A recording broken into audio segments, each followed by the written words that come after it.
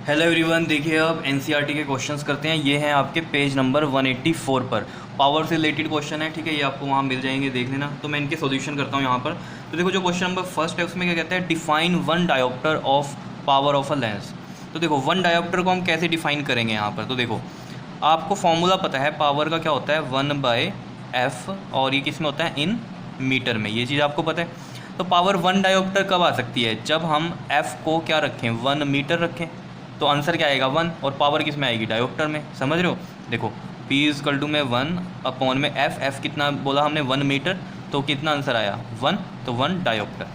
तो हम इसमें लिख सकते हैं कि हम पावर ऑफ लेंस को 1 डायोप्टर कब कहेंगे, जब फोकल लेंथ कितनी लेंगे हम, 1 मीटर की। ठीक है, तो इसको हम लिख देते हैं यहाँ पर, power of a lens is said to be 1 diopter if the focal length of the lens कितनी, is 1 मीटर, कितनी हो 1 मीटर। क्या इतनी बात क्लियर है या नहीं है? ठीक है, तो आप पेपर में सिर्फ इतनी बात भी लिख सकते हो ये कि power of a lens is said to be 1 dioptre if the focal length of the lens is 1 metre. Clear है। ये मैंने सिर्फ आपको समझाने के लिए बताया कि कैसे 1 डायोप्टर आती है। ये तो आपको नॉर्मली लग रहा होगा कि ये तो बिल्कुल ईजी है कि 1 डायोप्टर तो कब आएगा, जब फोकल लेंथ 1 मीटर की होगी, तभी आंसर 1 आ सकता है। क्लियर है। अब क्वेश्चन नंबर 2 पे चलते हैं। ये बड़ा इंपॉर्टेंट क्वेश्चन है, इसको ध्यान से देखना। देखो, इसमें क्या कहता है, अ convex lens forms a real and inverted image.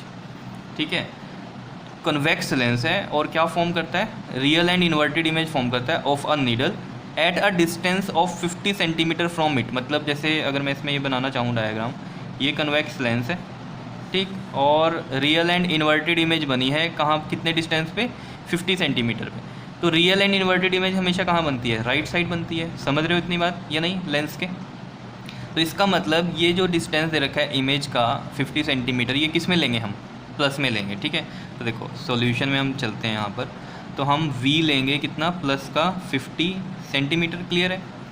अब क्या कहता है, where is the needle be placed in front of the convex lens. मतलब यहाँ पर इन्वर्टेड इमेज कहीं बनी होगी इधर। ठीक है, और वो कह रहा है कहाँ पर हम नीडल को प्लेस्ड करें in front of the convex lens if the image is equal to the size of the object. मतलब यहाँ पर कहीं भी कितनी दूरी पे इसको प्लेस्ड करें। ठीक है, कि क्या हो जाए, if the image is equal to the size of the object, कि इमेज का साइज़ है वो कितना है, ऑब्जेक्ट के साइज़ के बराबर ही है। तो बताओ कहाँ पर प्लेस्ड करें। वैसे तो आपको एक केस पता है ये कि इमेज का साइज़ और ऑब्जेक्ट का साइज़ कहाँ पर इक्वल होता है, जब 2f2 पे होते हैं ये।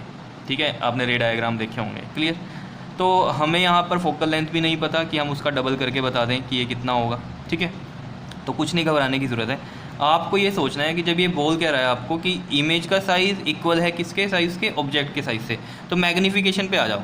मैंने आपको मैग्नीफिकेशन वाले टॉपिक में आपको ये बताया था कि m इक्वल टू 1 कब होता है, जब इमेज का साइज़ और ऑब्जेक्ट का साइज़ इक्वल होगा। तो m इक्वल टू 1 हम कंसीडर कर सकते हैं। और रियल एंड इन्वर्टेड इमेज है तो ये नेगेटिव होगा, ये भी आपको बताया हुआ है वहाँ पर। नेगेटिव m कब होता है, जब रियल एंड इन्वर्टेड इमेज होगी। तो ये m इक्वल टू -1 आ गया। अब देखो, यहीं से हम u निकाल देंगे इसका, हमें u फाइंड आउट करना है ना, कितनी दूरी पे इसको रखें। ठीक है, तो देखो क्लू आपको पता चल गया कि कहाँ से निकला हमारे पास, कि इमेज का साइज़ इक्वल है किसके, साइज़ ऑफ द ऑब्जेक्ट के। तो हमने वहाँ से m की वैल्यू पता कर ली। ठीक, उसकी हेल्प से क्या होगा, m का फॉर्मूला हमें पता है क्या होता है, v/u। तो m पता है, v पता है, तो u निकल ही जाएगा। m हो गया -1, v हमारे पास हो गया प्लस का 50, और u ये रहा, तो u इधर चला जाएगा, तो ये आ जाएगा 50 में -1। तो यानी कि u कितना आ गया, -50 सेंटीमीटर। और माइनस में ही आना चाहिए था क्योंकि इधर लेफ़्ट साइड ही जाना था ये तो। ठीक है, तो ये चीज़ आपको क्लियर हो गई होगी, जो मैं आपको पहले भी समझा रहा था कि जब 2f2 पे होता है यहाँ पर, ठीक है, या 2f1 इधर मान लो, 2f2 इधर मान लो। ठीक है, तो सेम साइज़ कब मिलता है, तो जैसे रे डायग्राम में भी मैंने आपको बताया हुआ था, ये 2f1 है अगर, तो ये इधर 2f2 पे, ठीक है, बनेगी इमेज, और ये सेम साइज़ की बनती है। ठीक है, तो सेम साइज़ की, तो ऑब्वियस बात है इधर से जो डिस्टेंस है वही इधर रहने वाला है। तो आप थोड़ा सा माइंड में ले सकते थे बात, क्या कि अगर ये 50 सेंटीमीटर तो इधर से ये भी कितनी दूरी पे होगी, 50 सेंटीमीटर। लेकिन ऐसे नहीं आप बता सकते पेपर के अंदर, तो आपको ये चीज़ करके दिखानी पड़ेगी कि u कितना है यहाँ पर, -50 सेंटीमीटर। समझ रहे हो ये कहानी जो मैं कह रहा था। वहाँ पर देखो, अगर रे डायग्राम आपने देखे कन्वेक्स लेंस के, तो यहाँ 2f1 पे जब ऑब्जेक्ट रखा हमने, तो 2f2 पे बनता था वो सेम साइज़ का, बनता था या नहीं बनता था। तो अगर सेम साइज़ का बन रहा है तो यानी कि 2f2 की दूरी और 2f1 की दूरी ये तो बराबर ही होती है, बस इधर प्लस में लेके चलते हैं, इधर माइनस में लेके चलते हैं। तो इधर देख लो ये v प्लस का था और इधर ये u माइनस का ही आया है। क्लियर हो रही होगी कहानी? नहीं हो रही है तो बस ये समझो कि सेम साइज़ था हमारा ऑब्जेक्ट का और इमेज का, तो m इक्वल टू -1 बनेगा। माइनस क्यों? रियल एंड इन्वर्टेड की वजह से, सेम साइज़ की वजह से 1 आया। तो यहाँ से हमने u निकाल दिया इस तरीके से, या नहीं? क्लियर है? पता चल गया हमें ऑब्जेक्ट का डिस्टेंस। क्लियर? यही बोल रहा था वेयर इज़ द नीडल भी प्लेस। नीडल क्या था? एक ऑब्जेक्ट था जिसकी इमेज इधर बन रही थी और ऑब्जेक्ट इधर प्लेस्ड हुआ हमारा। ठीक है, उसके बाद क्या कहता है? Also find the power of the lens. तो पावर ऑफ द लेंस अगर हमें निकालना है तो फॉर्मूला होता है 1/f। तो 1/f मीटर में होता है ये हमारे पास, हमें पता है।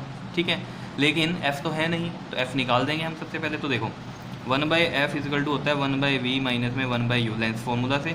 तो 1/f इजकल टू में v है प्लस का 50 और u है हमारे पास माइनस का 50। तो ये कितना बन जाएगा? देखो इधर 1/50 माइनस माइनस प्लस प्लस का 1/50।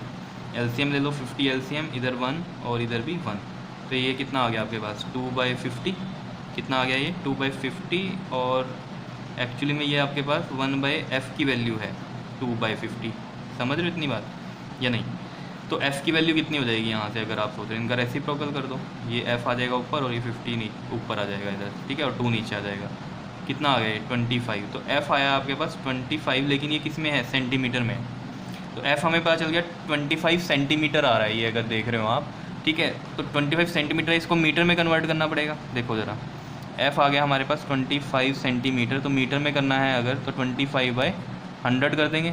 अब यहाँ रखते हैं वैल्यू 1/f। f कितना है? 25/100। तो ये 100 ऊपर चला जाएगा और ये कितना आ गया? 4। तो p कितना आ गया हमारे पास?